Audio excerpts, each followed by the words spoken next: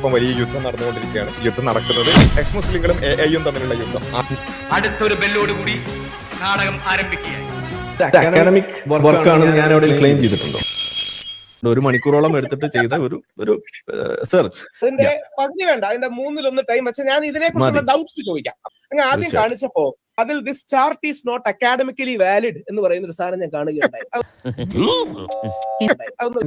ആണ് എന്ന് ഞാൻ അവിടെ മെയിൻ സംഭവം.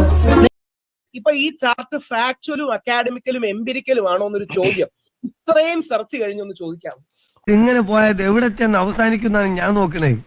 Is the chart empirical, factual and valid? നീയാണെന്ന് പറഞ്ഞു.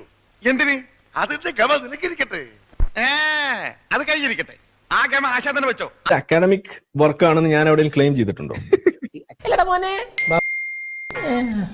അക്കാഡമിക് എന്ന് പറഞ്ഞാൽ നമ്മൾ ഫാക്ച്വൽ ആയി റിസർച്ച് ഓറിയന്റഡ് ആയി രാത്രി 11 മണിക്ക് ഒരാളെ ലൈവിൽ കയറിയിട്ട് എന്താണ് അക്കാദമിക്കൽ എന്ന് പറഞ്ഞു കൊടുക്കേണ്ട അവസ്ഥയാണ്.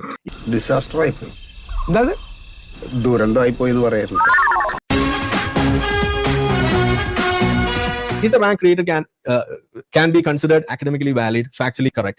And short answer, no. അങ്ങനെ ഒരു